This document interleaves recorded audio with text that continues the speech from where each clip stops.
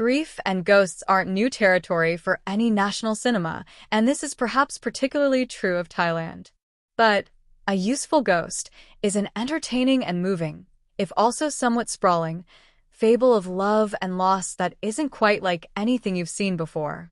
The action in the Cannes Critics' Week selection starts when a self-declared academic ladyboy, Wizard Hamuin, buys a vacuum cleaner, only to discover that the appliance appears to be possessed. A hot repair guy, Wanlop Runkumjud, then shows up, but this isn't a porno, though stay tuned, because there's a sex scene between the two whose climax is both sad and funny in equal measure.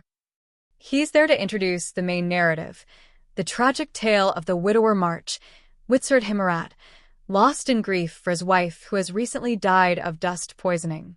It becomes apparent that the spouse is still very much present, albeit reincarnated in the form of a possessed vacuum cleaner.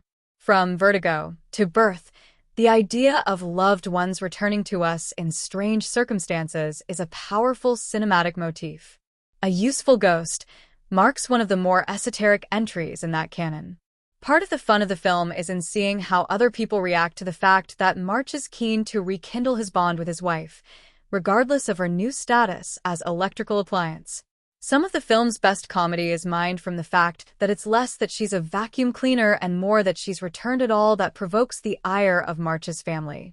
Apparently, they never thought much of her when she was alive, and her ability to transcend the limits of death and the hereafter hasn't helped endear her to the in-laws one iota, where the film gets a little chewier, moving out of enjoyable novelty into something deeper, is in using this context to explore the dynamics of appeasing an oppressor.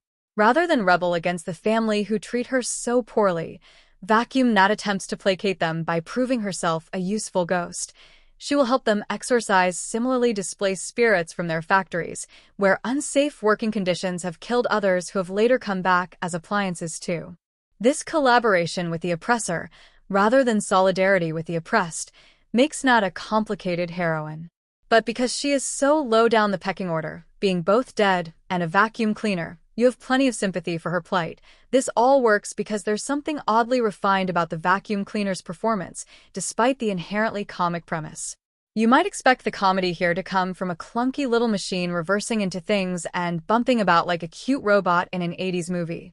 Or perhaps a haunted vacuum cleaner would be a sinister thing, imbued with menace in the style of the Plymouth Fury in John Carpenter's Christine or the innumerable porcelain dolls in Blumhouse horror movies.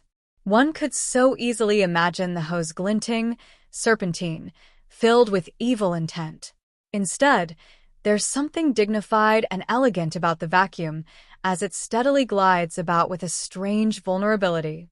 It's an unexpected and delicious choice, echoing the elegant physicality of the actor Davica Horn, who portrays the haunted Hoovers' human self.